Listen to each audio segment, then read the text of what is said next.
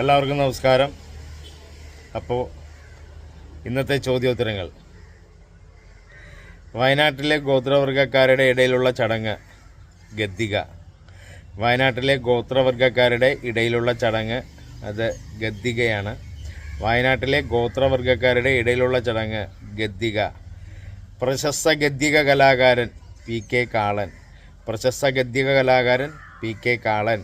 പ്രശസ്ത ഗദ്ദിക കലാകാരൻ PK കാളൻ.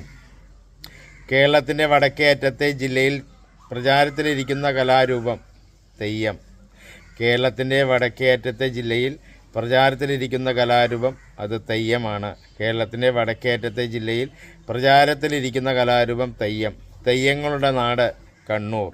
തെയ്യങ്ങളുടെ നാട് എന്നറിയപ്പെടുന്നത് അത് കണ്ണൂരാണ്. തെയ്യങ്ങളുടെ നാട് കണ്ണൂർ. തെയ്യത്തിൻ്റെ പ്രാഥമിക ചടങ്ങ് തോറ്റം. തെയ്യത്തിൻ്റെ പ്രാഥമിക ചടങ്ങ് അത് തോറ്റം.